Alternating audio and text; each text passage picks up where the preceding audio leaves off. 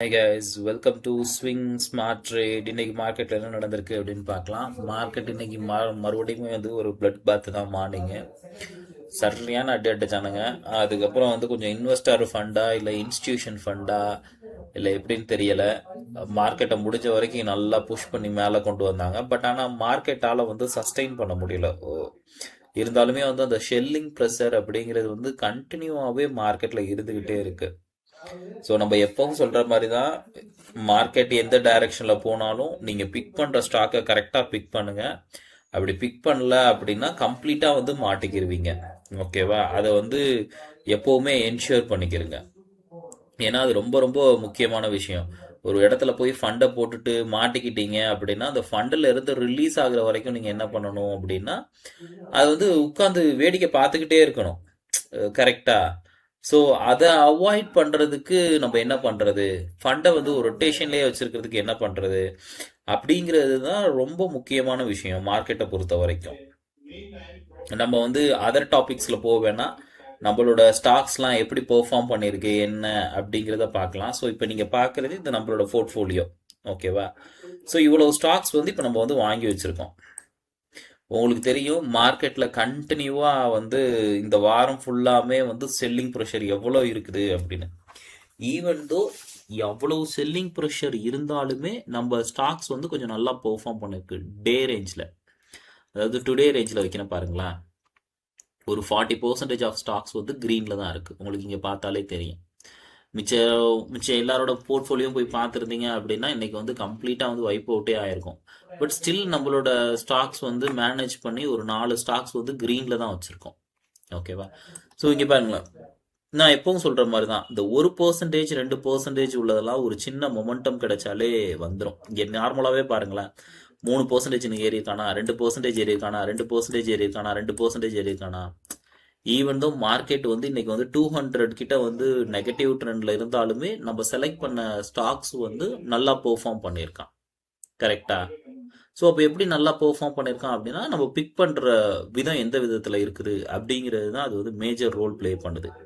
So இந்த ஆஸ்பெக்டில் நீங்கள் எடுத்துக்கிட்டீங்க அப்படின்னு பார்த்தீங்கன்னு வச்சுக்கோங்களேன், இந்த 0 0 1 1 1 இந்த 2 இது ஃபுல்லாக, அதாவது 50 அவுட் ஆஃப் 50% வந்து உங்களுக்கு க்ரீனுக்கு வந்துடும். ஓகேவா? மிச்சம் எல்லாமே வந்து நம்ம டாப் அப் கான்செப்ட் வந்து யூஸ் பண்ணுறோம். ப்ரீவியஸாக இருக்கிற வேல்யூ வந்து கொஞ்சம் கொஞ்சமாக என்ன பண்ணுறோம் அப்படின்னோம்னா நம்ம ரெடியூஸ் பண்ணிட்டு வந்து அதில் இருந்து நம்ம என்ன பண்ணுறோம் அப்படின்னோம்னா ப்ராஃபிட்டபுளாக மாறி ஒரு நல்ல ப்ராஃபிட்டில் வந்து வெளியே வந்துடும். ஸோ அதுதான் வந்து நம்ம என்ன பண்ணிக்கிட்டு இருக்கோம் அப்படின்னோம்னா நம்ம என்டையர் சீரீஸ்லையுமே வந்து பார்த்துக்கிட்டு இருக்கோம். கரெக்டா?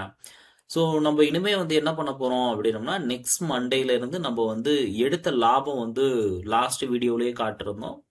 க்ளோஸ் டு ஒரு 25,000 வந்து இந்த மந்த் வந்து ஆல்மோஸ்ட் வந்து நம்ம ப்ராஃபிட் ஜென்ரேட் பண்ணியிருக்கோம். ஸோ ப்ராஃபிட்டை நம்ம என்னதான் வந்து எடுத்து என்ஜாய் பண்ணாலும் அதில் ஒரு சர்டைன் பர்சன்டேஜை வந்து திரும்ப ரீஇன்வெஸ்ட் பண்ணுறதுங்கிறது ரொம்ப ரொம்ப முக்கியமான விஷயம். அப்படி நீங்கள் பண்ணால் மட்டும்தான் என்ன பண்ண முடியும் அப்படின்னா, உங்களால் வந்து ஃப்யூச்சரில் வந்து உங்களுக்கு ஒரு சப்போர்ட்டிவாக ஒரு பெரிய ஃபண்டு வந்து சேவ் ஆகிட்டே இருக்கும். அதாவது சின்ன சின்ன சேவிங்ஸ் தான் வந்து உங்களுக்கு வந்து பெரிய ரிட்டர்ன்ஸை வந்து உங்களுக்கு கொடுக்கும். ஓகேவா? ஸோ அது வந்து நம்மளோட சீரீஸில் வந்து நம்ம பார்த்துட்டு இருக்கோம். நெக்ஸ்ட் வீக்லேருந்து என்ன பண்ணலாம் அப்படின்னா, அதையுமே நம்ம வந்து என்ன பண்ணுவோம் அப்படின்னம்னா டீச் பண்ண ஆரம்பிப்போம் நம்மளோட கேண்டிடேட்ஸ்க்கு. ஓகேவா? ஸோ நம்ம கம்ப்ளீட்டாகவே என்ன பண்ணுறோம் அப்படின்னா, நம்ம ட்ரேடராக வந்து இங்கே ப்ளே பண்ண மாட்டோம். அது கிளாரிஃபை பண்ணிக்கிறோம். நம்ம வந்து ட்ரேடராக எந்த இடத்துலையுமே ப்ளே பண்ண மாட்டோம். ஒரு சில சமயத்தில் நம்மளோட கேண்டிடேட்ஸ்க்கு வந்து தேவைப்படுது, இன்ட்ராடே அட்வைசர்ஸ்லாம் தேவைப்படுது. ஸோ அது மாதிரி வந்து நல்ல ஆப்பர்ச்சுனிட்டிஸ் இருந்துச்சு அப்படின்னா நம்ம வந்து கைட் பண்ணுவோம். ஓகேவா? அதை தவிர்த்து வந்து நம்ம பெருசாக வந்து ட்ரேட் ஆஸ்பெக்டில் வந்து நம்ம மோட்டிவேட் பண்ண மாட்டோம் எந்த கேண்டிடேட்டையுமே. ஒரு இன்வெஸ்டராக அவங்கள கன்வெர்ட் பண்ணுறது அப்படிங்கிறது தான் நம்மளோட ஒரு முக்கியமான கோல் அப்படின்னே எடுத்துக்கலாம். ஸோ இன்னைக்கு வந்து நம்ம என்ன நடந்திருக்கு அப்படிங்கிறத பார்க்கலாம். இங்கே பாருங்க, கேஆர்பி மில் வந்து கண்டினியூவாக நம்ம பர்ச்சேஸ் பண்ணிக்கிட்டே இருக்கிறோம். உங்களுக்கு தெரியும், இங்கே காட்டுற பாருங்களேன் எவ்வளோ பர்ச்சேசஸ் நடந்திருக்குன்னு.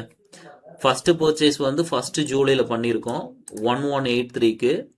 அதுக்கப்புறம் 1145க்கும் பண்ணியிருக்கோம், 115க்கும் பண்ணியிருக்கோம்.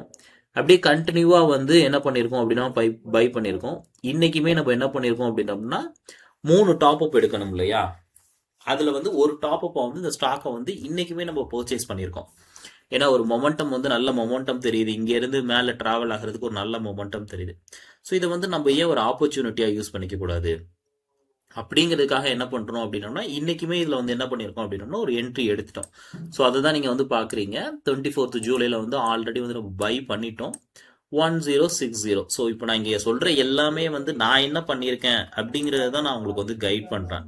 அதாவது ஒரு எஜுகேஷனல் பர்பஸாக தான் கைட் பண்றது. இது டைரக்ட் ரெக்கமெண்டேஷனா எடுத்துக்காதீங்க. நீங்களுமே ஒரு கம்பெனியை பத்தி நல்லா அனலைஸ் பண்ணி ரிசர்ச் பண்ணி அதுக்கப்புறமா எடுங்க. ஓகே, இது எப்படி அனலைஸ் பண்ணீங்க அப்படின்னு கேட்டீங்கன்னா அதுக்கு ரிலேட்டடான டாக்குமெண்ட்ஸ் வேணும்னா வந்து என்எஸ்சில வந்து நம்ம எப்படி டாக்குமெண்ட் எடுக்கிறோம், எப்படி வந்து நியூஸஸை வந்து நம்ம பார்க்குறோம் அப்படிங்கறத வேணா நாங்க கண்டிப்பா உங்களுக்கு கைட் பண்றோம். ஓகேவா? ஸோ இப்போ என்ன பண்ணிக்கலாம் அப்படின்னா, இந்த கேஆர்பி மில்லில் தான் இன்னைக்கு வந்து என்ன பண்ணியிருக்கோம் அப்படின்னோம்னா நம்ம வந்து ஒரு என்ட்ரி எடுத்திருக்கோம். ஆல்ரெடி இன்னைக்கு உண்டான எல்லாமே நான் வந்து போட்டுட்டேன். பட் டீட்டெயில்ஸ் வந்து நான் உங்களுக்கு வந்து ஷேர் பண்றேன். நான் எதெல்லாம் எடுத்திருக்கோம் அப்படிங்கிறத வந்து நான் ஷேர் பண்றேன். ஸோ ரெண்டாவது பாத்தீங்க அப்படின்னா, இந்த ஸ்டாக்ஸ்ல வந்து என்ன பண்ணியிருக்கோம் அப்படின்னோம்னா இன்னைக்கு வந்து ஒரு டாப் அப் பண்ணியிருக்கோம்.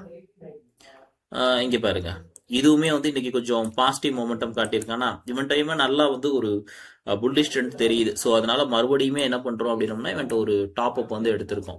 4 ஸ்டாக் இன்வெஸ்ட் பண்ண முடியும் அப்படின்னா இன்வெஸ்ட் பண்ணுங்க. ஏன்னா கண்டினியூவாகவே பார்த்தீங்க அப்படின்னா 2000 கிட்ட இருக்கனால நம்ம 10,000 ரூபாய்க்குள்ள பண்றதுனால நம்மளால ஒரு 4 ஸ்டாக் எடுக்க முடியும். ஸோ 4 ஸ்டாக் இதையும் எடுத்தாச்சு. தேர்ட் வந்து நம்ம எதை டாப் அப் பண்ணியிருக்கோம் இன்னைக்கு அப்படின்னு பார்த்தீங்கன்னா, இந்த ஸ்டாக் தான் வந்து நம்ம என்ன பண்ணியிருக்கோம் அப்படின்னா ஒரு கெமிக்கல் ஸ்டாக்கை வந்து டாப் அப் பண்ணியிருக்கோம். இது ஆல்ரெடி வந்து நம்மள்ட்ட பாசிட்டிவ்ல தான் இருக்குது. பாசிட்டிவ்ல இருந்தாலுமே என்ன பண்றோம் அப்படின்னம்னா இன்னையோட ஆப்பர்ச்சுனிட்டியை யூஸ் பண்ணி மறுபடியும் என்ன பண்றோம் அப்படின்னம்னா ஒரு 2% இறங்கியிருக்கான் இல்லையா. ஆல்ரெடி நம்ம நல்ல கிரீன்ல இருந்தான் இவன். நம்ம ப்ரீவியஸ் வீடியோஸ் பார்த்த எல்லாருக்குமே தெரியும், நல்ல கிரீன்ல இருந்தான். ஸோ அப்போ அது வந்து இது நம்ம ஃபர்ஸ்ட் வாங்கினதே 513, அதிகமாக தான் வாங்கியிருக்கோம். இந்த தடவை கம்மியா இல்லை, மிச்சம் எல்லாமே கம்மியா வாங்கியிருப்போம். பட் இந்த இது அதிகமாக தான் வாங்கியிருக்கோம். ஓகேவா? ஏன்னா அந்த ஸ்டாக் வந்து நல்ல இன்னைக்கு வந்து ஒரு 2% கீழே இறங்கியிருக்கான் அப்படின்னா அந்த ப்ராஃபிட்டையும் சேர்த்து நம்ம என்ன பண்ணிக்கலாம், கெயின் பண்ணிக்கலாம் அப்படிங்கிற ஒரு ஆஸ்பெக்ட்ல தான் வந்து என்ன பண்ணியிருக்கோம் அப்படின்னா அந்த ஸ்டாக்கை வந்து அடிஷனல் டாப் அப்க்கு கன்சிடர் பண்ணியிருக்கோம். ஸோ இப்போ நம்ம என்ன பண்ணிட்டோம் அப்படின்னா 3 டாப் அப்பையும் பண்ணிட்டோம். புதுசா ஒரு ஸ்டாக் வந்து இன்னைக்கு வந்து சூஸ் பண்ணணும். ஸோ இன்னைக்கு நம்ம சூஸ் பண்ணது ஒரு ஐடி ஓரியன்டான ஸ்டாக்ஸ் தான் நம்ம என்ன பண்ணியிருக்கோம் அப்படின்னா சூஸ் பண்ணியிருக்கோம். இங்கே நான் ஸ்க்ரீன்ல காட்டுறேன் இல்லையா. ஸோ இந்த ஸ்டாக்கை தான் என்ன பண்ணியிருக்கோம் அப்படின்னா 50,000 எடுத்திருக்கோம். நம்ம எப்பவுமே சொல்றதுதான், முடிஞ்ச வரைக்கும் நீங்க 3 to 3:30க்குள்ளே உங்க ஸ்டாக் ப்ரிஃபரன்ஸை வந்து பண்ணுங்க. அப்பதான் கொஞ்சம் மார்க்கெட் வந்து செட்டில் டவுன் ஆகி உங்களுக்கு வந்து ஒரு நல்ல பிரைஸ் கிடைக்கும் அப்படின்னு சொல்லுவோம்.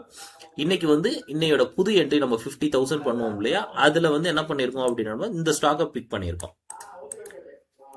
ஸோ நம்ம வந்து பாயிண்ட் ஆஃப் வியூல வந்து கன்வே பண்றது எல்லாமே என்ன பண்ணுவோம் அப்படின்னம்னா ஒரு இன்வெஸ்ட்மெண்ட் ஆங்கிள் ஒரு நல்ல ஸ்டாக்கை நல்ல கம்பெனியை தான் என்ன பண்ணுவோம் அப்படின்னம்னா ரிசர்ச் பண்ணி அனலைஸ் பண்ணி எடுப்போம். அது வந்து ரொம்ப ரொம்ப முக்கியமான விஷயம். இட்ஸ் லைக் தட் அப்படிங்கிற மாதிரி எந்த ஸ்டாக்கையுமே பிக் பண்ணாதீங்க, அப்புறம் ஃபண்டு போய் கம்ப்ளீட்டா மாட்டிரும். ஒரு நல்ல அட்வைஸ்டு பர்சன் இல்லைனா வந்து ஒரு நல்ல எக்ஸ்பீரியன்ஸ் பர்சன் மூலமா நீங்க அதை வந்து தெரிஞ்சுட்டு அதுக்கப்புறமா என்ன பண்ணுங்க அப்படின்னா அதுல இன்வெஸ்ட் பண்றது வந்து ரொம்ப ரொம்ப நல்ல விஷயம். ஓகேவா? ஈவன் தோ உங்களோட ரிலேஷன்ஷிப் மேனேஜர்டே கூட கிராஸ் வெரிஃபை பண்ணிட்டு அதுக்கப்புறமா என்ன பண்ணுங்க அப்படின்னா பண்ணுங்க. நம்ம எப்பவுமே என்ன பண்ணுவோம் அப்படின்னோம்னா வந்து பிடிச்ச மீனை கொடுக்கறத விட எப்படி மீன் பிடிக்கிறது அப்படிங்கிறது கத்துக்கிறது ரொம்ப நல்லது. ஏன்னா அதுதான் நமக்கு லைஃப் லாங்குக்கு வந்து ஹெல்ப்ஃபுல்லா இருக்கும். இதுல எல்லா விஷயமே அனலைஸ் பண்ணிட்டோம். அதாவது Q4 ரிசல்ட், சரி Q4 ரிசல்ட்டா இருக்கட்டும், அதுக்கப்புறம் கம்பெனியோட மேனேஜ்மெண்ட்டா இருக்கட்டும், எல்லாமே அனலைஸ் பண்ணிட்டோம். இப்போ ஃபார் எக்ஸாம்பிள் உங்களுக்காக என்ன பண்றேன் அப்படின்னா இதோட சார்ட் பேட்டர்னை காட்டுறேன் பாருங்க. இதோட சார்ட் பேட்டர்ன் எப்படி இருக்கு அப்படின்னு.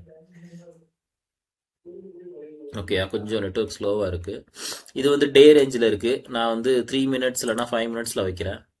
ஸோ இங்கே பார்த்தா தெரியுதா உங்களுக்கு, 3 o'clock இருந்து நீங்கள் ட்ராவல் பண்ணி போயிருந்தா கூட உங்களுக்கு வந்து என்ன இருக்கும் அப்படின்னா வந்து இதே நேரோ ரேஞ்சில் தான் இருந்திருக்கும். பெருசாகலாம் உங்களுக்கு வந்து சேஞ்சஸ் இருக்காது. ஓகேவா? அதனால தான் நான் எப்போவுமே வந்து இந்த டைமிங்கை வந்து ப்ரிஃபர் பண்ணுவேன். நான் ப்ரிஃபர் பண்ணுறது. பட் டேயோட ரேஞ்சில் வச்சு பார்க்கும்போது மார்க்கெட் வந்து என்ன பண்ணியிருக்கான்னா ப்ரீவியஸாக இது வரைக்கும் அவனுக்கு இருந்திருக்கு. அதாவது 2400 வரைக்கும் இருந்திருக்கு. நமக்கு அவ்வளோலாம் வேணாம். 10% ஆவரேஜாக இந்த கிராஸ்லேருந்து கொஞ்சம் மேலே வந்தாலே போதும், ஒரு 10% எடுத்துட்டு வந்துடலாம். இப்போ வந்து ஒரு நல்ல புல்லிஷ் மொமெண்டம்ல இருக்கான், நல்லா வந்து நேரோ ரேஞ்சில் வந்து இதாக இருக்கான். அப்படிங்கிறதுனால தான் என்ன பண்ணுறோம் அப்படின்னா இந்த ஸ்டாக்கை வந்து நம்ம ப்ரிஃபர் பண்ணியிருக்கோம். ஓகேவா? இங்கேருந்து அவன் மேலே போகும்போது ஈஸியாகவே நமக்கு வந்து ஒரு 10% அடிச்சிடலாம். ஸோ இதோட ரிசல்ட் எப்படி இருக்கு, இனிமே எப்படி நம்ம பண்ண போறோம் அப்படிங்கிற மோர் இன்ஃபர்மேஷன் உங்களுக்கு வேணும் அப்படின்னா நம்ம சேனலை ஃபாலோ பண்ணுங்க. நம்ம இது ரிலேட்டடான இன்ஃபர்மேஷன் உங்களுக்கு கொடுக்குறோம். Please stay tune with us. Navi will see you guys on tomorrow. Bye bye.